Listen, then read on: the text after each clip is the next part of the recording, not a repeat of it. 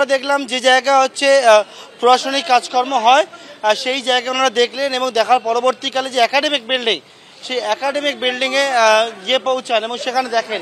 এবং দেখার পর এই মুহূর্তে যে 6 নম্বর গেট রয়েছে সেই 6 নম্বর গেটের সামনে ওনারা এসছেন এবং এসে কিন্তু দেখছেন এবং সমস্ত বিষয়টা খতিয়ে দেখছেন আজকে এই জায়গায় এবং বিভিন্ন যে গেটগুলো রয়েছে সেই গেটগুলো কতগুলো গেট রয়েছে কোন জায়গায় গেট রয়েছে সেই বিষয়টা কিন্তু ডিআইজি সিআইএসএফ তিনি একেবারে যে টিম নিয়ে এসছেন সেই টিম নিয়ে কিন্তু দেখছেন এই মুহূর্তে 6 নম্বর গেট যে 6 নম্বর গেট একটি গেট রয়েছে সেই 6 নম্বর গেট দেখছেন এবং পরপর হাসপাতালের চারপাশে কি অবস্থা সেই হাসপাতালের চারপাশ একেবারে ঘুরে ঘুরে দেখবেন ওনারা এবং এই যে বাইরে যে জায়গায় কিন্তু গত 14 তারিখ রাত্রেবেলা তাণ্ডবের ঘটনা ঘটে এই যে রাস্তা যেখান থেকে কিন্তু দুষ্কৃতীরা তারা হাসপাতালের মধ্যে ঢোকে ভাঙচুর চালায় তাণ্ডব চালায় এমার্জেন্সি বিল্ডিংয়ে সেই জায়গায় কোন গেট থেকে ঢুকেছিল সেই বিষয়টাও কিন্তু দেখছেন ওনারা আমরা জানতে পারছি এবং এই মুহূর্তে 6 নম্বর গেট থেকে বেরিয়ে অন্যান্য যে গেটগুলো রয়েছে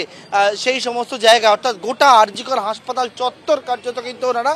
ঘুরে দেখছেন এবং দেখে এই মুহূর্তে সেই গেট যে গেট থেকে কিন্তু যেমনটা 14 তারিখ গভীর রাত্রে হামলার ঘটনা ঘটে এই যে রাস্তায় জমায়েতের ঘটনা ঘটে যেখান থেকে একেবারে হাসপাতালের মধ্যে গিয়ে যে ধর্ণা মঞ্চ থেকে শুরু করে যে ইমার্জেন্সি বিল্ডিং যার নিচে একেবারে তাণ্ডবের ঘটনা ঘটে যেটা ছিল কিনা ওই বিল্ডিংয়ের মধ্যে সেমিনার হল অর্থাৎ যেটা কিন্তু ঘটনাস্থল সেই নিয়ে কিন্তু নিরাপত্তা ঘটনাস্থল যে বিল্ডিংয়ের মধ্যে রয়েছে সেই জায়গায় সেফটি নিয়েও প্রশ্ন উঠেছিল নিরাপত্তা নিয়ে প্রশ্ন উঠেছিল এই গেট থেকে ওনারা ঢুকছেন গোটা হাসপাতাল ঘুরে দেখবেন আমরা জানতে পারছি এবং এই মুহূর্তে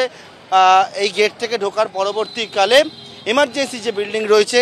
অর্থাৎ যেখান থেকে যে গেট থেকে দুষ্কৃতীরা ঢুকেছিল ঢোকার পরবর্তীকালে এমার্জেন্সি বিল্ডিংয়ের যে জায়গায়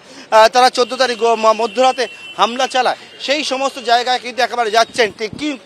কোন জায়গা থেকে ঢুকেছিল গেটগুলোর কী অবস্থা রয়েছে সেইটা দেখছেন একেবারে দেখতে পাচ্ছি এমার্জেন্সি যে বিল্ডিংয়ের মধ্যেই কিন্তু ঘটনাস্থল তো সেমিনার হল যেখানে কিন্তু নৃশংস ঘটনা ঘটে 8 তারিখ গভীর রাতে খুন এবং ধর্ষণের মতো